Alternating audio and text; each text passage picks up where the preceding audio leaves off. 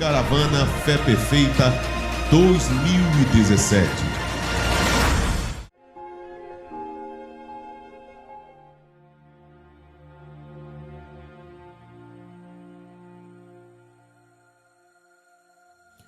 O conhecido Muro das Lamentações, que na verdade para um judeu significa Muro da Alegria, porque embora eles lamentem aqui a destruição do templo, mas para um judeu, orar é um privilégio. O muro é o único local que eles têm para orar na região do Moriá, já que a esplanada está ocupada pelos árabes. Ali está o Domo da Rocha e a Mesquita de Al-Aqsa, de onde Maomé ascendeu aos céus, segundo a fé maometana. Os árabes não deixaram nenhum vestígio de construção israelita para que não exista nada que comprove que algum dia esse lugar pertenceu a Israel. E essa visão já é compartilhada pelas Nações Unidas, que afirmam que o Monte Moriá nunca teve a ver com os judeus. Isso significa um ato de contestar a Bíblia, que mesmo que o mundo não aceite a sua autoridade divina, não pode negar que na mesma está contido o mapa descrito em simetria de toda a Terra Santa. Fato confirmado pela arqueologia que sem a Bíblia essa ciência jamais existiria. Tudo que já foi encontrado pelos arqueólogos na Terra Santa estavam contidos e identificados na Bíblia. Se o mapa bíblico te diz em detalhes que um fato aconteceu aqui, e assim, pode escavar com confiança que estará ali.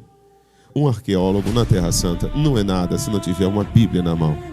A escritura de posse desta terra é o livro santo que por mais de 4.000 anos conserva e mantém os hebreus. E qual é o mortal que ousa contradizer este fato? Já houveram tantas civilizações poderosas, reinos e impérios que tentaram destruir Israel, mas todas elas desapareceram. Mas aí está Israel. Um país menor que o estado de Sergipe, mas que tem o melhor padrão de vida do Oriente Médio. Além de fornecer ao mundo os maiores cientistas de que já se ouviu falar. Isto porque são guardados pelo livro santo. Guarde o livro e o livro te guardará.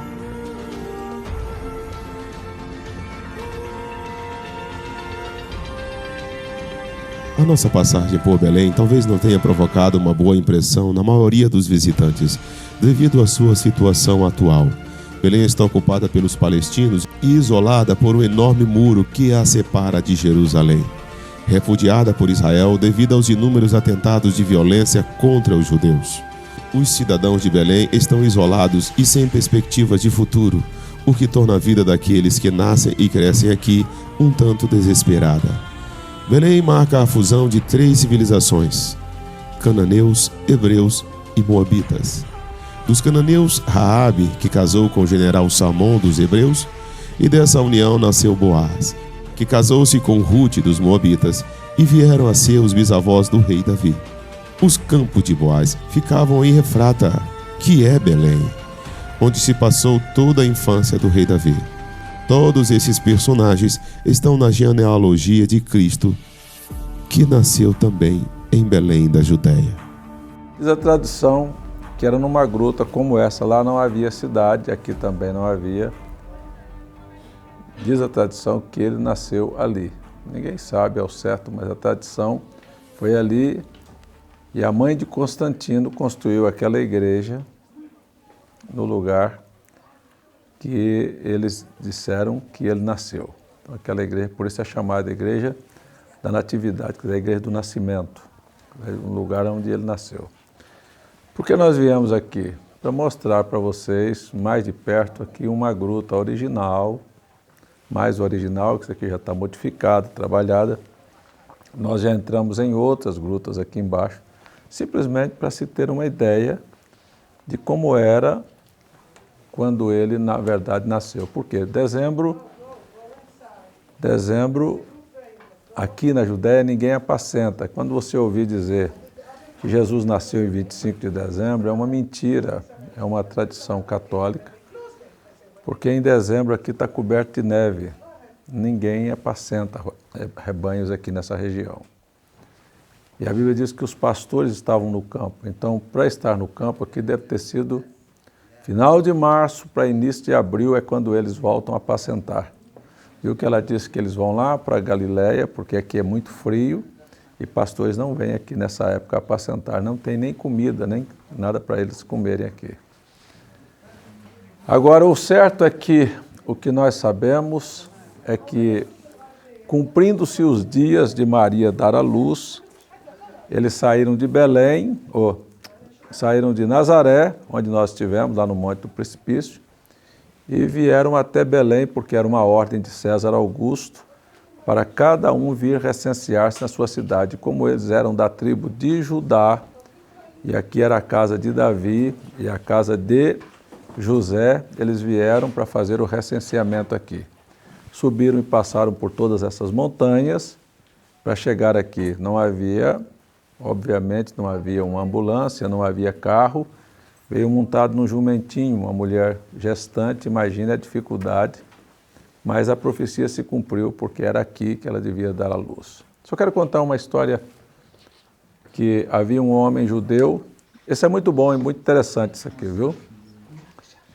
Havia um homem judeu, temente a Deus, que orava todas as noites pedindo a Deus que não deixasse que ele terminasse a sua vida sem que pudesse fazer alguma coisa tão grande que seu nome fosse e ficasse na história registrada, que ele tinha feito algo grande por Deus aqui na terra.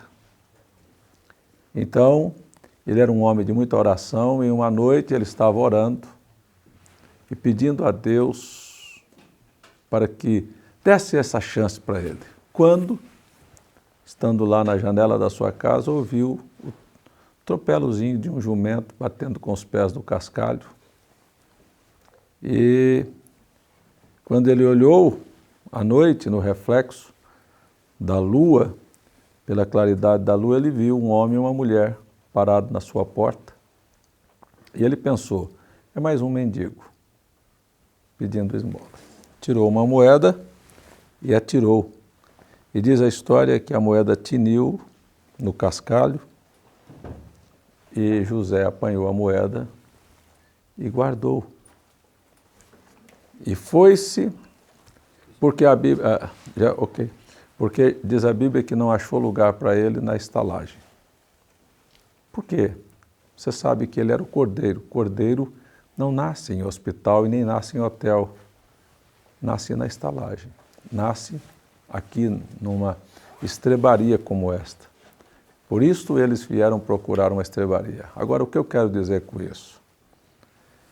Que muitas vezes nós pensamos que fazer uma coisa grande para Deus é algo extraordinário aos nossos olhos. Naquela noite, ele teve a oportunidade de ter o seu nome colocado na história como o homem que deu lugar e abriu a porta da sua casa para que Cristo nascesse ali. Mas era tão simples e tão humilde que era um casal com uma mulher gestante montado num jumentinho que ele deixou passar. Então, as grandes oportunidades que nós temos na vida de deixar marcado o nosso testemunho são nas pequenas coisas. Se você quer fazer uma grande coisa para Deus, comece fazendo as coisas pequenas. Aquelas coisas que para você não tem nem significação, nem significado.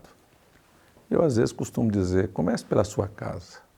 Trate bem seus filhos, sua mulher, seu marido, seu próximo, e você está fazendo um grande trabalho, deixando o seu nome escrito na história como você realizou uma grande coisa para Deus.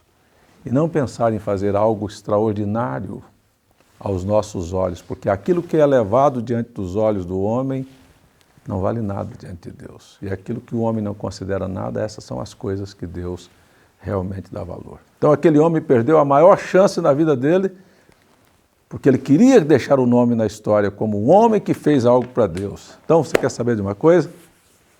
Jesus muitas vezes vem na nossa porta de maneira simples e humilde, e nós deixamos ele passar.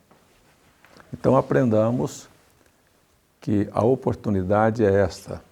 Jesus bate na nossa porta a cada dia, querendo nascer na nossa casa. Deixa ele viver na sua casa. Deus te abençoe no nome de Jesus.